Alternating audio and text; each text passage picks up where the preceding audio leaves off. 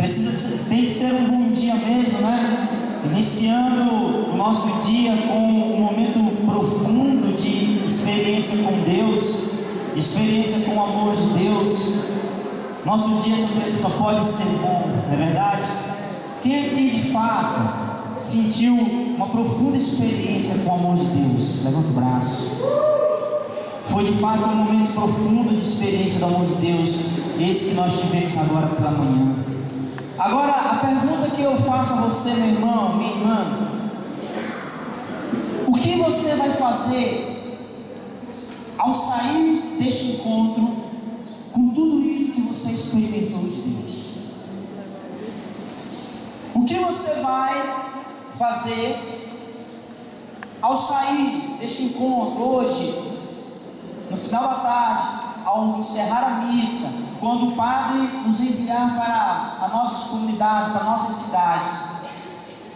Tudo isso que você adquiriu, tudo isso que você recebeu de Deus, o que você vai fazer com tudo isso? É uma pergunta que eu te faço e que interiormente você precisa responder. Porque nós fomos nesse encontro desde o dia de ontem, nós fomos curados, o Senhor foi nos exortando, o Senhor foi nos falando, é uma verdade. O Senhor, Ele tem sido, desde ontem, muito claro conosco. Ele não tem feito arrudeios para nos dizer a vontade dEle, não é isso? E você, como um jovem inteligente, você como um jovem consciente da sua vida, da realidade que nós vivemos, você precisa dar uma resposta a tudo isso que nós experimentamos e estamos experimentando nesses 2 dias. E aqui, meu irmão, eu não quero responder por você, porque a tua resposta é pessoal, mas eu quero te dizer o que é que a igreja ela espera da juventude. O que é que a igreja ela espera de você, jovem, que teve uma experiência com Jesus? A igreja ela espera de você, uma palavra que parece estranha, mas a igreja espera da juventude o protagonismo da nova evangelização. Que vocês sejam protagonistas dessa nova evangelização. O Santo João Paulo II, na festa de Pentecostes de 2002, se não me falha a memória, ele fez um convite, ou mais do que isso, ele fez uma convocação à renovação carismática do mundo, quando reunidos lá em Roma. O Papa ele fez a seguinte convocação: que a renovação carismática ajudasse a ele, o Santo Padre, a implantar a cultura de Pentecostes. Olha só, o pedido do Santo Padre naquele instante, onde o Santo João Paulo II foi que a renovação carismática ajudasse a ele a difundir, a implantar o que ele chamava de cultura de Pentecostes. E veja, ele dizia que a única cultura capaz de vencer a cultura de morte em que o mundo vive, a única cultura capaz de vencer essa cultura de morte é a cultura de Pentecostes. Então nós estamos aí diante de um embate, nós estamos aí diante de um combate. De um lado nós temos o quê? Um exército que difunde uma cultura que ele chamava cultura de morte. E do outro lado, ele fazia uma convocação. A igreja, a renovação carismática, a juventude da igreja, a se levantar como um exército para difundir uma outra cultura que ele chamava de cultura de Pentecostes. Então, meu irmão e irmã, a nossa experiência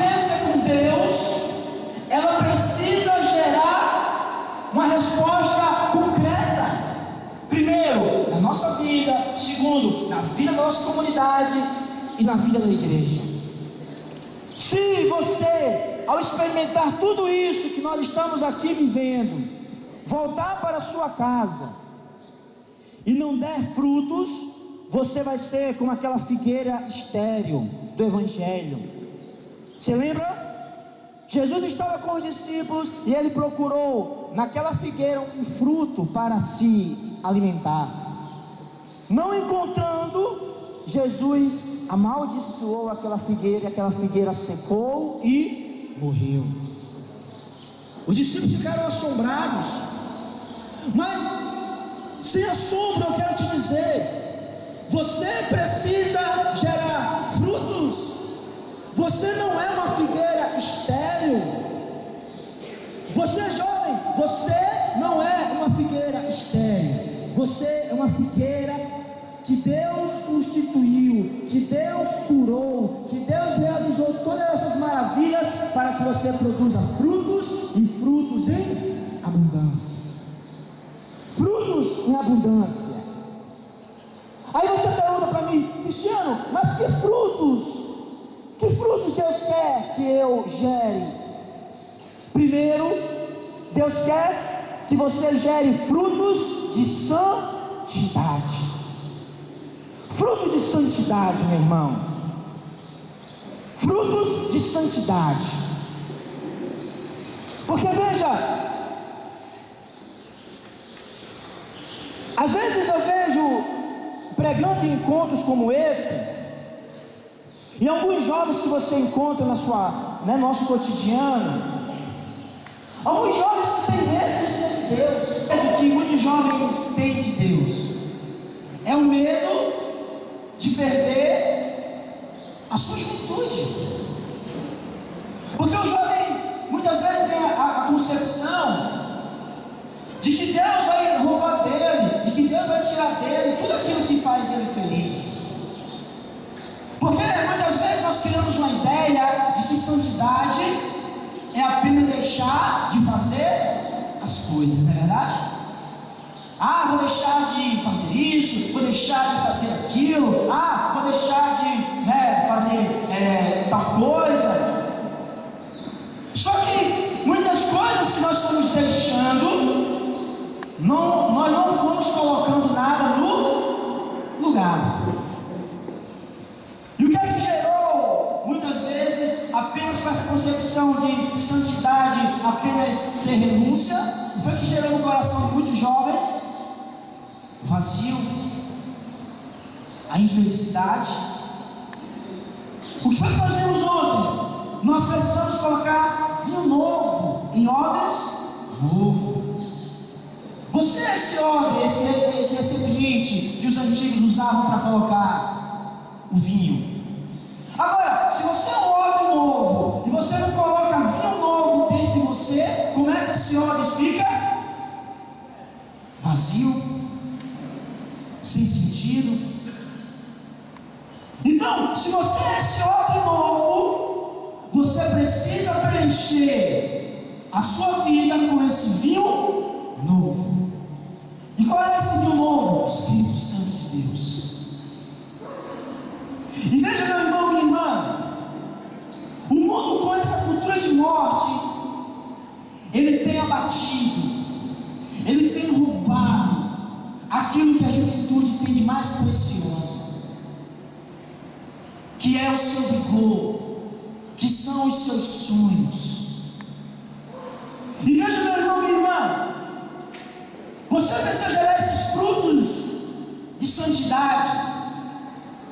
Mas santidade também implica em decisão. É uma verdade. Em ser um jovem decidido. Não um jovem dividido, mas um jovem decidido. Um jovem decidido. E aqui eu quero que vocês abram comigo 1 Coríntios capítulo 6, versículo 9. Porque aí nós precisamos o que é esse fruto de santidade. Veja, Esse vinho novo, ele vai gerar em nós o que chamamos de conversão. 1 Coríntios, capítulo 6, versículo 9. E diz assim a palavra de Deus, meu irmão, minha irmã, escuta, não se disperse, escuta. Acaso não sabeis que os injustos não hão de possuir o reino de Deus? Olha só, São Paulo é muito claro, né? Capítulo 6, versículo 9 de 1 Coríntios. Acaso não sabeis que os injustos não hão de possuir o reino de Deus? Não vos enganeis, diz São Paulo.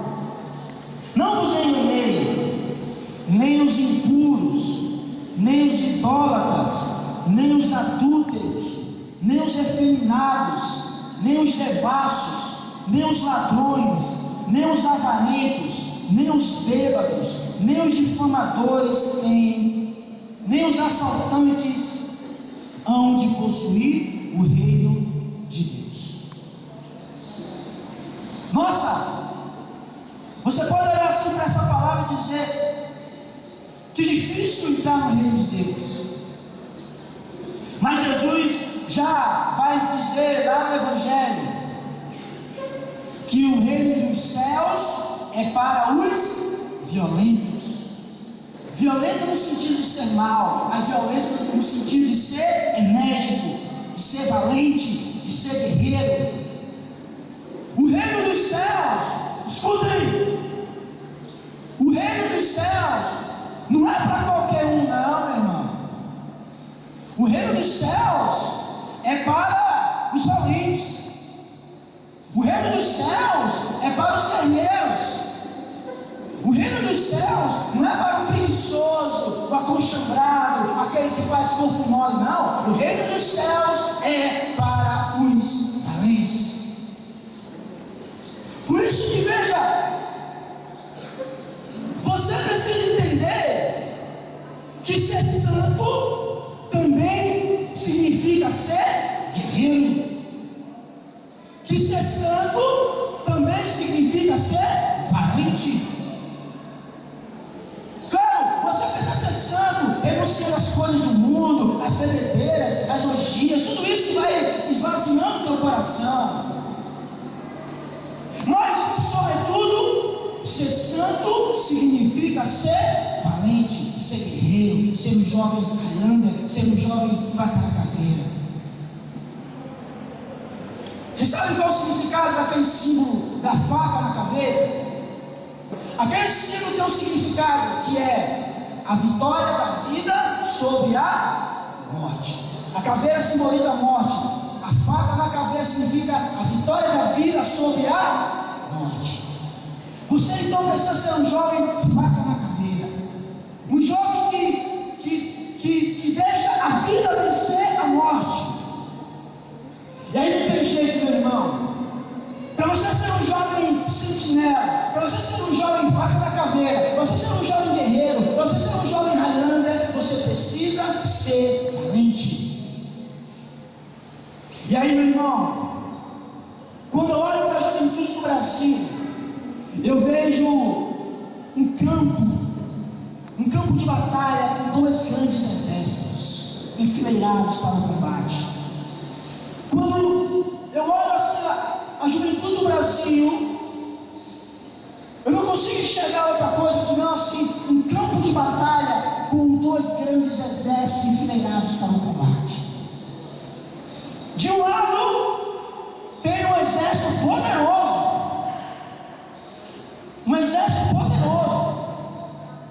que busca a felicidade, que busca ser feliz, que defende os seus ideais, que levanta a sua bandeira e luta por essa bandeira. Mas é uma juventude que levanta a bandeira do hedonismo, uma juventude que levanta a bandeira da profanação, uma juventude que busca a felicidade fora de Deus. Mas é uma juventude inteligente, uma juventude que está dentro das universidades, uma juventude que, enfim, valente também. Mas só que elas guerreiam, que elas batalham para implantar a cultura de morte. É a juventude que busca felicidade no hedonismo. Hedonismo, de origem grega, significa busca de prazer, que coloca a sua felicidade apenas no prazer.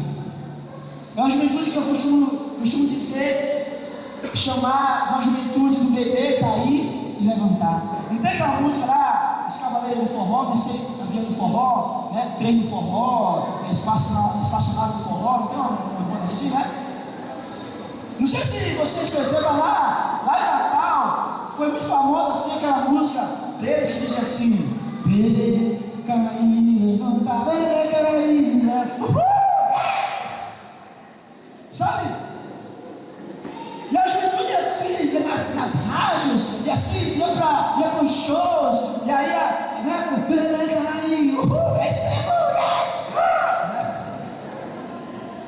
Então é uma juventude que, eu digo, é a juventude do beber, cair e levantar. Mas meu irmão, Jesus vai dizer que pelo fruto se conhece a árvore. Pelo fruto você conhece a árvore. E infelizmente, essa cultura do beber, cair e levantar tem gerado no coração dos nossos jovens muitas feridas, tem gerado no coração da nossa juventude muitas lacunas, muitos buracos, muitos vazios. Por quê? Porque quando o prazer passa, o vazio da alma continua. Porque, como diz o Papa 16, a nossa alma, ela tem desejo de eternidade. A nossa alma, ela tem desejo de infinitude, aquilo que não termina, aquilo que não se acaba. Só que o beber quer levantar, acaba. E isso tem gerado muitas dores no seio da nossa juventude. Meu irmão, minha irmã, eu não quero me preocupar muito, porque o tempo urge. Eu preciso falar outras coisas para vocês.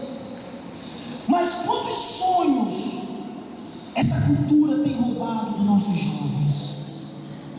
Quantos jovens que você conhece, jovens vigorosos, jovens inteligentes, jovens que tinham projetos de vida, que tiveram seus sonhos roubados pela bebida, que tiveram seus sonhos arrancados pela droga? Quantos jovens que você conhece, jovens que tinham projetos, jovens que tinham sonhos, mas esses sonhos foram roubados por causa dessa cultura do beber, cair e levantar? E sabe por quê? Porque essa cultura, ela diz uma grande mentira. Ela diz uma grande mentira. Porque, veja, muitos bebem, muitos caem, mas nem todos se levantam. É uma verdade. Muitos bebem, muitos caem, mas nem todos se levantam. Quantos jovens estão sendo assassinados no Brasil por causa das drogas, por causa da drogadição, por causa do tráfico, por causa dessa cultura de morte?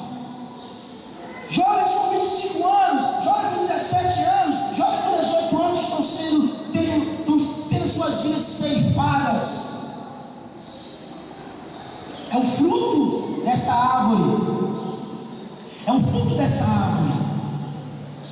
Sabe, eu quero aqui dar um testemunho rápido.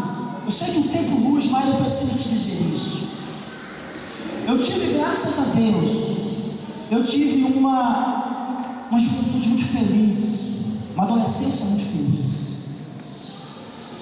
Eu morava num bairro onde, assim, no meio do conjunto, tinha duas grandes mangueiras que faziam assim uma sombra enorme.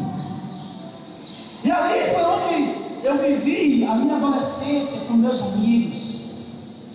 Ali nós nos reunimos de manhã, de tarde, de noite, para bater papo, para bater bola, para a gente estar lá com a galera, fazendo zoada.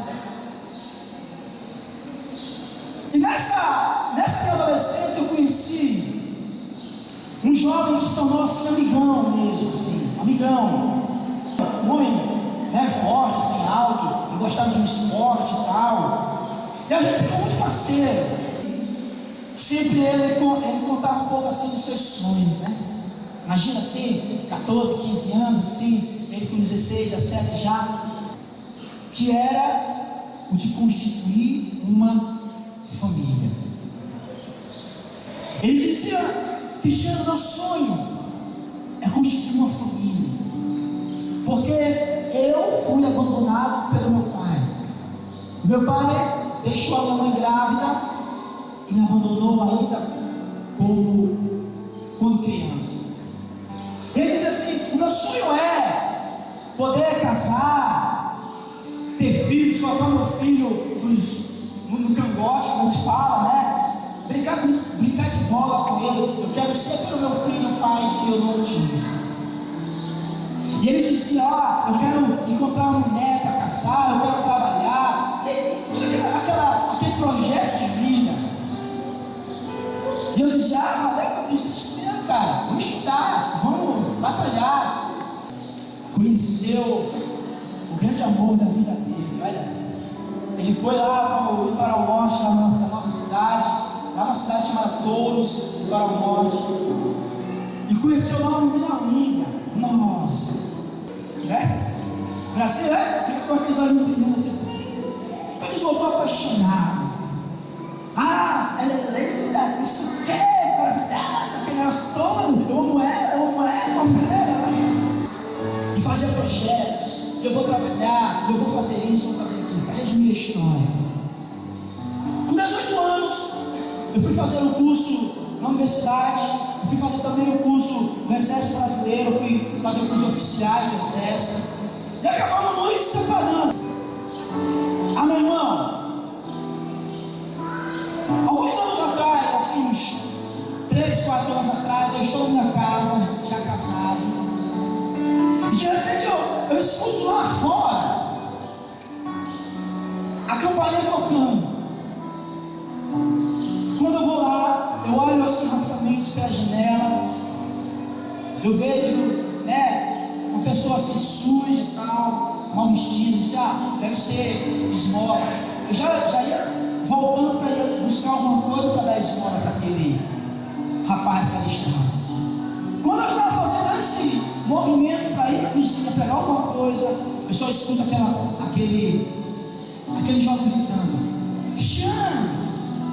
Eu voltei, estranhei aquele jovem esmolé ali me conhecer. Só que com muita tristeza, quando eu olhei para aquela janela, quem é que eu vi ali? A minha porta, suja, esmunda.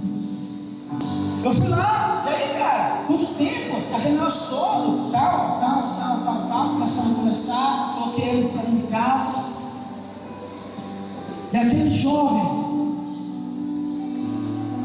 que tinha um sonho de construir uma família, aquele jovem que tinha um sonho de trabalhar, ser feliz com a pessoa que ele amava, estava na minha porta pedindo um prato de comida.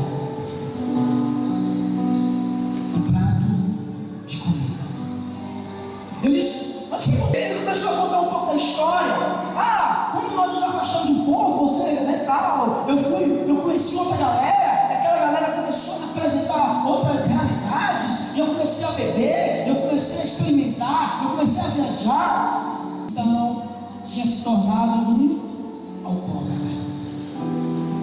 E aquele vício roubou o sonho, o projeto de vida dele. E aquele jovem que sonhava em ser feliz estava ali diante de mim pedindo apenas um prato para sobreviver naquele dia. Essa é uma das histórias que eu posso contar para vocês. Mas quantas histórias de jovens que também tiveram os seus sonhos roubados, os seus projetos de vidas rasgados por causa do vício, por causa dessa cultura do bebê cair e levantar. Quantos jovens que você conhece, próximo de você, ou até seja você, que tiveram os seus sonhos rasgados por causa dessa cultura do bebê cair e levantar. Porque muitos erram, muitos caem, mas nem todos levantam. E essa juventude que está aí levantando a bandeira da legalização das drogas, e é esse exército que está levantando a bandeira para a legalização do aborto, e é essa bandeira que está levantando a bandeira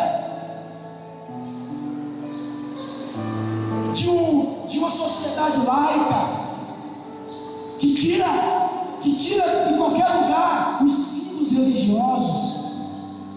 E esse exército que tem se levantado e avançado nas nossas famílias e tem avançado na nossa sociedade.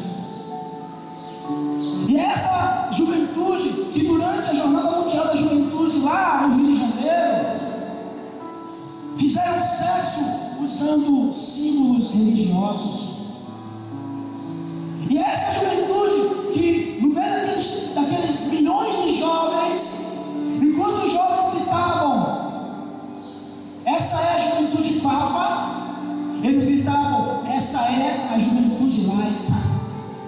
E quebraram lá imagens de Nossa Senhora e fizeram sexo com símbolos religiosos. É esse exército que se levanta e marcha,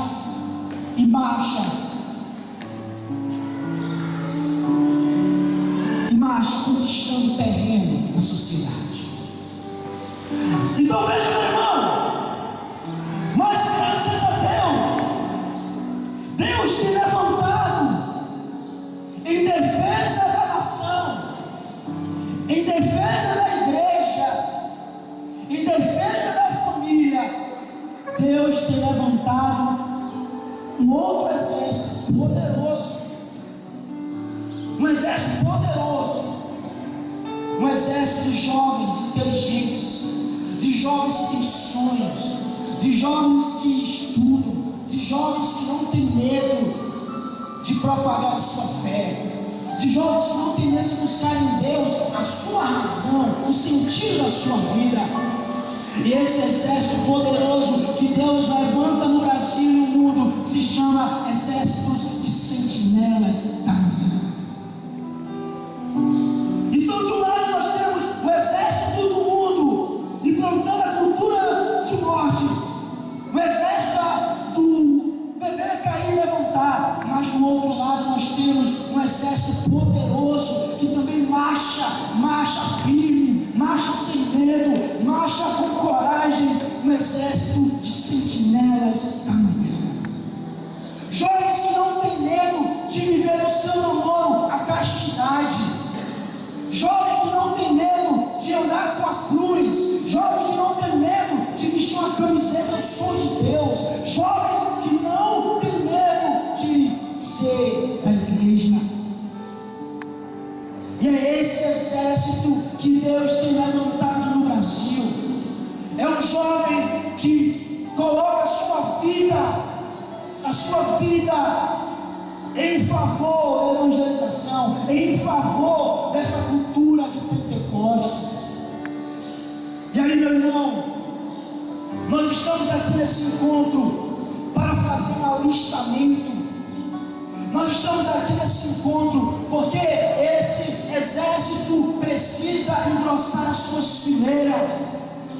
Porque esse exército precisa engrossar as suas fileiras. O exército do mundo tem recrutado, o exército do mundo tem convocado jovens para viver essa cultura de morte. Mas o exército de sentinelas também tem andado pelo Brasil, pregadores andando pelo Brasil, homens de Deus andando pelo Brasil, mulheres de Deus andando pelo Brasil, com convocando, alistando jovens para fazer parte do exército de sentinelas da manhã. E aí eu pergunto para você, meu irmão, que está aqui nessa diocese: em que exército você quer marchar? Em que exército você quer se alistar? Qual exército de que você quer fazer parte? Eu já tomei a minha decisão. Eu quero marchar. Eu quero me alistar no exército de sentinelas da manhã. Eu quero marchar firme, batendo forte no chão, rachando o chão. Mas eu quero ser de Deus. Eu quero ser dessa juventude que não tem medo de entregar a sua vida, que não tem medo de lutar contra as suas próprias limitações para ser de Deus. E você, meu irmão, de que exército você quer fazer parte? De que exército você quer se alistar? Hein? Qual é a tua resposta? Nossa, qual é a tua resposta? Qual exército que você quer fazer parte, meu irmão? Qual exército de que você quer marchar, meu irmão? Só que ser um sentinela da manhã não é só cantar coreografia, não é só fazer o símbolozinho, não é só vestir a camiseta de sentinela da manhã. Ser sentinela da manhã significa ter um projeto de santidade, ter um projeto de vida. Porque a coreografia, porque a camiseta, tudo isso é bom, mas se você ficar apenas disso, você vai tombar no meio do combate. Por isso que ser jovem sentinela da manhã precisa, sobretudo, ser um projeto de vida. Um projeto de vida. Um projeto que está acima das tuas vontades. Uma juventude aguerrida, uma juventude guerreira, uma juventude, como eu disse, faca na caveira. Uma juventude que não fica olhando para as suas feridas e fica dizendo: ai meu Deus, ai Jesus, porque as minhas feridas, meu coração. Uma juventude que fica paralisada nas suas limitações, mas uma juventude que, mesmo com feridas, mesmo com limitações, diz com o profeta Joel: mesmo enfermo, eu sou guerreiro. Mesmo enfermo, eu sou guerreiro. Sabe, meu irmão, a cura que Deus nos faz, tudo que Deus nos faz diante dos pés da cruz, precisa repercutir em nós. Porque se eu fico apenas na cura, eu não alcançarei a salvação.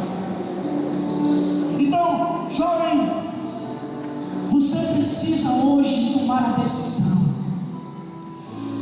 Durante sua oração, quantas curas foram realizadas? Quantas curas na sexualidade? Quantas curas na afetividade? Quantas histórias marcadas com tragédias aqui em nosso meio? É ou não é verdade? Quantas histórias marcadas aqui por abandono, por abuso, por uma sexualidade desregrada, por uma sexualidade vazia, uma afetividade carente? Mas, meu irmão, você vai ficar paralisado nas tragédias da sua vida? Você vai ficar paralisado nas feridas do teu coração? Você precisa, como a gente diz no quartel, você precisa avançar. A tropa avança enquanto espera. Já ouviu falar isso? A tropa avança enquanto espera. O que significa isso? Mesmo os fogos caindo do meu lado, mesmo os socuzos apontados para mim, mesmo o demônio querendo me tirar, eu avanço. A tropa avança enquanto espera. E tem que ser passos firmes, e tem que ser passos decisivos. Não pode ser, sabe, aquela marcha assim. Não, né? Tem gente que marcha assim mesmo. Né? Não, se você não quer ficar no mesmo combate, se você não quer ficar no mesmo caminho, você precisa marchar firme.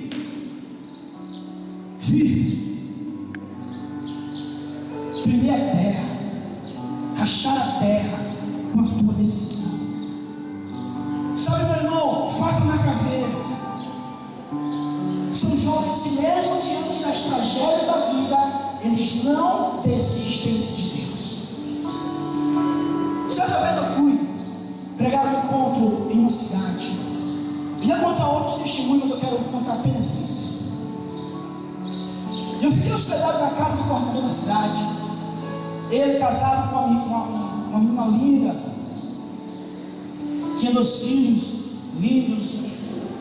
E quando o esposo dela, coordenador da cidade, estava organizando lá, né? Aquele pãozinho com queijo, aquele negócio lá, né? Coordenador, né? Pregador lá bem cuidado e tal.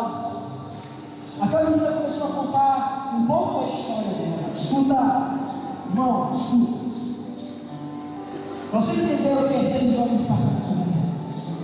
Ser um jovem sincero. Aquela menina começou a contar um pouco da história dela.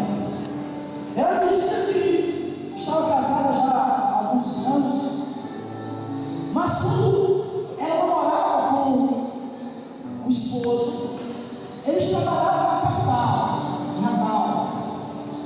E todos os dias eles faziam o translado de ônibus da cidade onde ela morava para a capital. E de manhã voltava no final da tarde, mesmo ônibus. Só que um dia, esse ônibus que ela ia junto com uma namorada na época, ela tinha cerca de 16 anos, 17 anos. Esse ônibus foi assaltado. E os bandidos entraram no ônibus, assaltaram todos os passageiros. E ela, sendo pública, chamou a atenção dos ladrões. Aqueles ladrões raptaram ela, tiraram ela de dentro do ônibus e entraram em um canavial, uma canal. Aquela menina de igreja, ambos viviam no modo santo, ela virgem, ele virgem, vivendo a castidade. Aquela menina levada para dentro desse matagal, junto com esses 3 ladrões. E durante a noite inteira e a madrugada, aquela menina foi estuprada por esses 3 bandidos. Ela dizia, eles se revezavam no estupro, de modo que ela ficou a noite e a madrugada inteira sendo estuprada por esses bandidos. Ela dizia que naquele momento, quando o crime estava acontecendo, ela só dizia uma coisa para aqueles homens: Deus ama vocês, Deus não quer isso para a vida de vocês. E eles batiam na cara dela, cala a boca, vagabunda, e continuavam estudando. De madrugada, diz ela, eles abandonaram ela toda ensanguentada no meio do matagal. E ela, sem conseguir ficar de pé, ela foi se arrastando no meio do matagal, até chegar próximo a uma casa, próximo a um senhor que ajudou aquela menina. Detalhe, antes dos estupradores irem embora, o cara puxou a pistola, apontou para ela, engatilhou, mas aí ele desistiu. E ele olhou para ela e disse: eu só vou te deixar viva porque você falou de Deus pra gente. E ela se arrastou naquele matagal e foi ajudada por esse senhor. Meu irmão, e aí, para resumir a história, ela voltou para a cidade dela. E quando o namorado soube do acontecido, ele ficou revoltado. Ele se revoltou contra Deus. E ele ficou revoltado contra Deus, porque o Senhor deixou que isso acontecesse. Aquela menina perdeu a virgindade no estudo. E aquele homem ficou revoltado, e ele pegou arma e foi atrás do bandido. Mas ela, a vítima, dizia para ele: confie em Deus, confie em Deus. E ele saiu do grupo de oração, e ele se revoltou de uma forma que saiu de tudo. Mas aquela mulher, mesmo com essa tragédia na sua história, ela não abandonou a fé. E ela continuava no grupo de oração. E mesmo com a vergonha da história de ter percorrido a cidade, mas ela permanecia firme no grupo de oração. E o noivo nada de querer saber de Deus, mas ela rezava por ele. E sabe qual é o fim dessa história, meu irmão? Ela, mesmo enferma, mesmo com essa tragédia na sua vida, ela permaneceu firme em Deus. E ela conseguiu resgatar aquele noivo que estava revoltado. Ela trouxe aquele noivo pela força da oração, pela força da fé. Ela trouxe de volta para Deus. E aquele homem que estava revoltado contra Deus, experimentou mais uma vez o amor de Deus. E ele se tornou o coordenador da cidade. E ela se tornou uma grande ministra de música.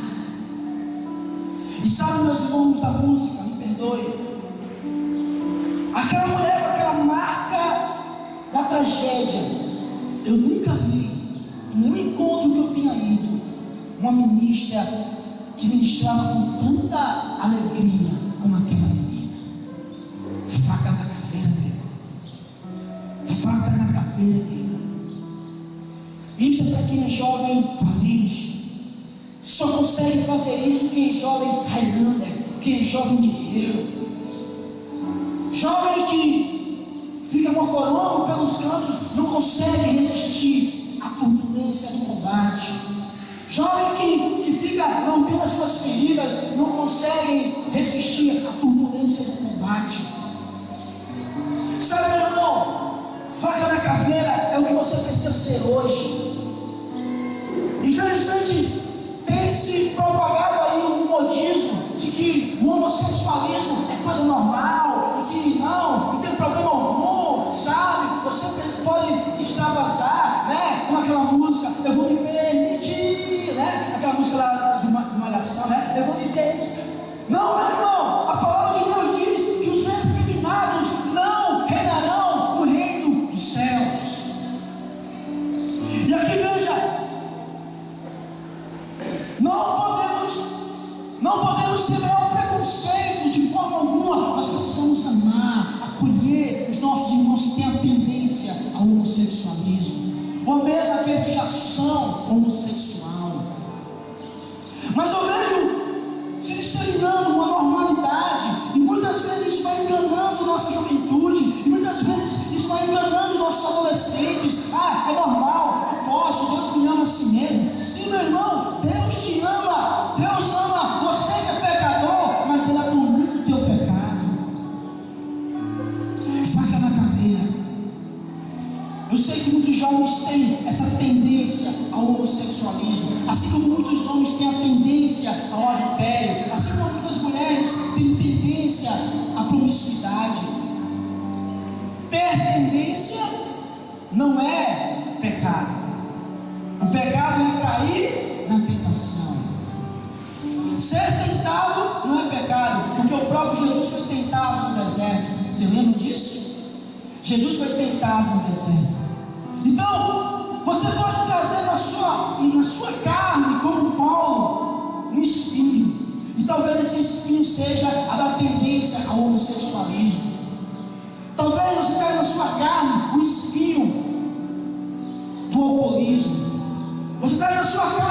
a tendência do espinho, a promiscuidade. Mas faca na caveira, meu irmão, é o que você precisa hoje: fazer a vida vencer a morte. E certa vez eu estava pregando em um outro lugar, e esse, quando eu estou pregando,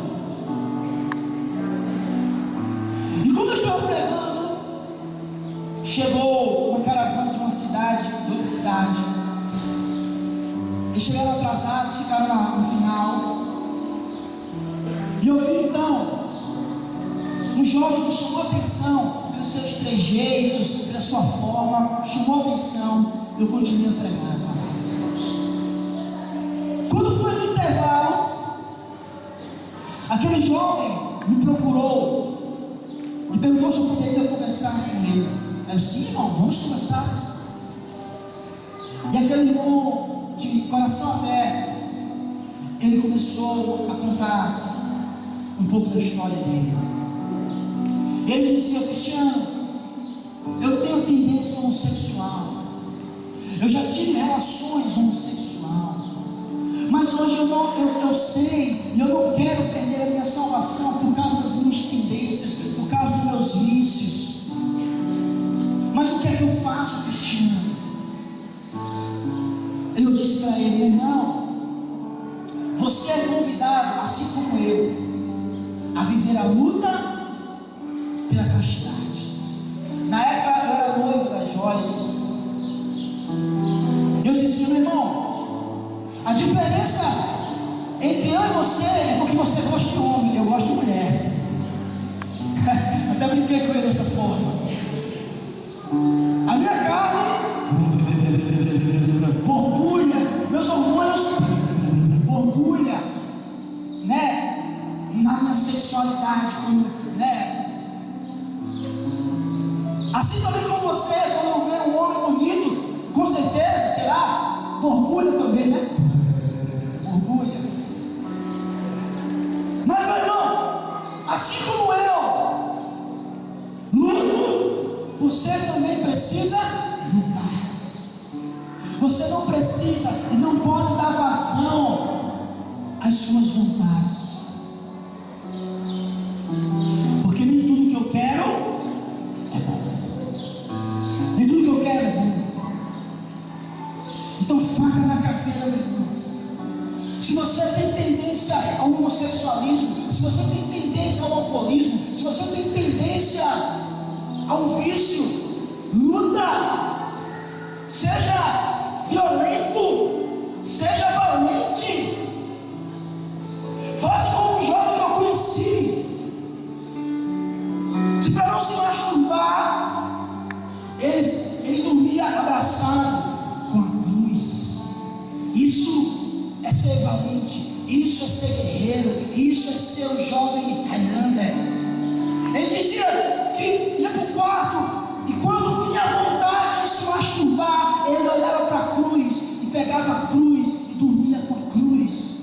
E quantas noites aquele jovem chorou, e quantas vezes aquele jovem de fato mortificou a sua vontade para fazer a vontade de Deus. Quantas vezes, meu irmão, eu aqui, o pregador, tive que mortificar a minha vontade para se manter casto no meu noivado com a minha hoje esposa. E não pense que é fácil. É romântico viver a castidade. Romântico coisa nenhuma. Romântico coisa nenhuma. Quando eu vinha uma vez no trabalho, eu vinha de ônibus, e entrou assim no ônibus uma morena assim, daqueles de propaganda de cerveja, não tem aquela morena assim, nossa senhora. Entrou uma morenona assim, tinha um monte de lugar vago. A mulher entrou, ela teve que fazer esforço para passar e também nas protuberâncias dela. Teve dificuldade de passar na minha taca. Nossa, quando aquela mulher subiu e entrou assim, todo mundo. Homem bicho besta, né? E aí os outros ficaram se babando. E aquela mulher tinha muito lugar para sentar. Onde foi que ela sentou? Onde? No lado do Joe. Nossa, quando aquela mulher sentou com aquele short, nossa senhora, um pau, parecia um sino. Quando ela sentou assim, com as pernas grossas, cheias de espárragos deu aquela encostadinha, me desceu. Nossa, mãe do céu. E aí, a viagem continua. Ela pega essa encostadinha, sente a perna, e os arrepios vindo, e aquele fogo subindo, que não era o fogo do Espírito Santo, né? Mas eu ali resistindo, olhando assim para a janela, contemplando a beleza do rio Contempli, que é o rio que tem lá no Rio Grande do Norte. Mas aí no meio da viagem, ela olha assim para mim, eu estava com esse relógio aqui, tem muita história para contar também, né? Ela olhou assim, que horas são? Eu olhei assim, era mais que meu dia, eu disse, é meu dia, 12 alguma coisa. E ela começou a puxar a conversa. Você é daqui mesmo? Você está nesse ônibus? Não sei o quê. Aí eu, já entrando ligada, tá, começou. E aí, lá pelas tantas, ela olhou assim para mim, eu gostei de você. Aí eu olhei assim, foi? Aí ela disse assim, eu posso lhe fazer um convite? Aí eu disse, pode fazer. Ela disse, eu quero lhe levar para um lugar que tem 5 letras. Aí eu comecei a pensar, 5 letras? Aí eu comecei a pensar. Eu disse, é igreja? Não, bobinho. 5 letras. Aí eu disse, não entendo, vai na igreja, né? Ela disse assim, olha, na próxima parada a gente desce, que eu quero te levar para um hotel. Vixe Maria! Eu olhei assim para a mulher, ela estava com o decote, ia até um bico e voltava. Quando eu olhei assim, eu quase caí dentro, de tão grande que era. Eu olhei assim, Jesus, né? Tudo isso, e de graça mais, né? Ela disse, vamos descer na próxima parada. E eu olhei assim, meu irmão, e subiu um fogo, que não foi o fogo do Espírito Santo. E eu disse, eu vou, nossa. Mas aí naquele momento, como diz a palavra, o Espírito Santo veio em auxílio à minha fraqueza. E naquele momento, quando, sabe, a carne estava, quando os hormônios estavam, já estava indo no momento de erupção, né? O Espírito Santo veio e disse, não, eu não vou descer com você. Ela olhou assim para mim, você é gay? Eu disse, você acha que é? Brincadeira, né? Você é gay? Eu disse, não, ao contrário, eu sou muito macho. Eu mostrei a minha aliança de noivado e eu disse, eu não vou, sabe por quê? Porque eu amo a minha noiva. E tudo que você...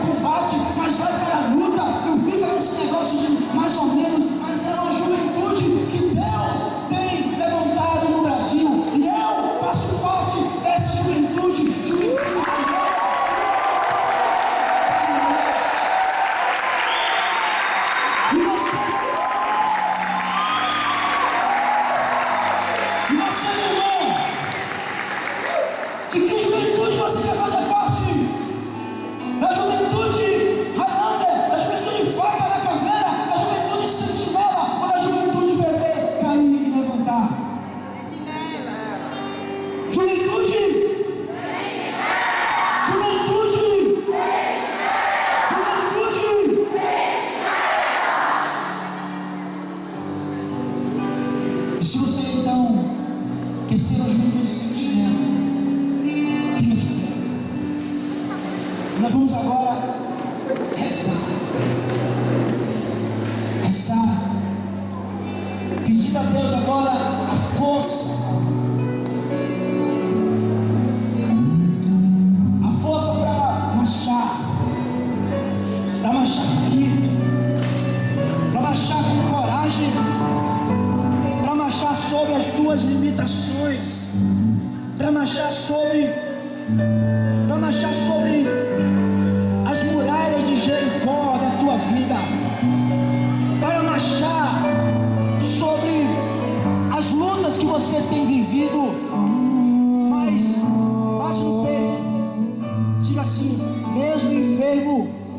mesmo. Diga, meu irmão, mesmo enfermo, Mesmo enfermo, eu sou guerreiro.